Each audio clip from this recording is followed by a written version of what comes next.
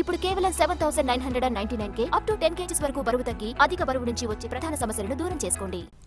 Back to news. తెలంగాణలో రైతు రుణమాఫీపై dialogue war ముదురుతోంది.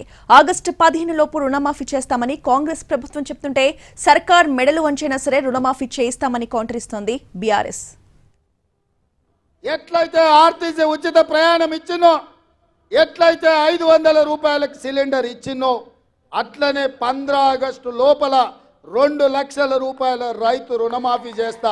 ఏకకాలంలో ఏక మొత్తంలో మీకు రుణమాఫీ చేసే బాధ్యత నాది.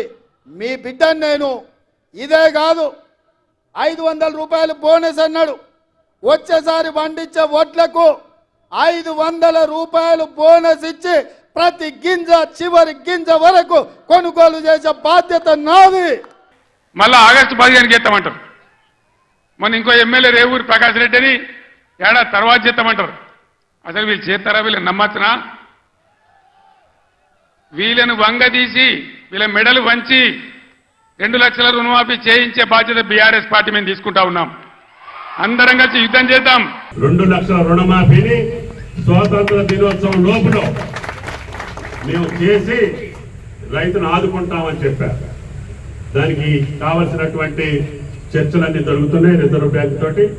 దాన్ని తప్పకుండా ఆయన గారి మాట ప్రకారంగా మొదటి రోజునే మొదలుపెట్టినటువంటి మా కార్యక్రమం ఆగస్టు 15 తోటి ఇప్పటి వరకు పంటల బీమా పథకం కూడా లేకుండా చేశారు.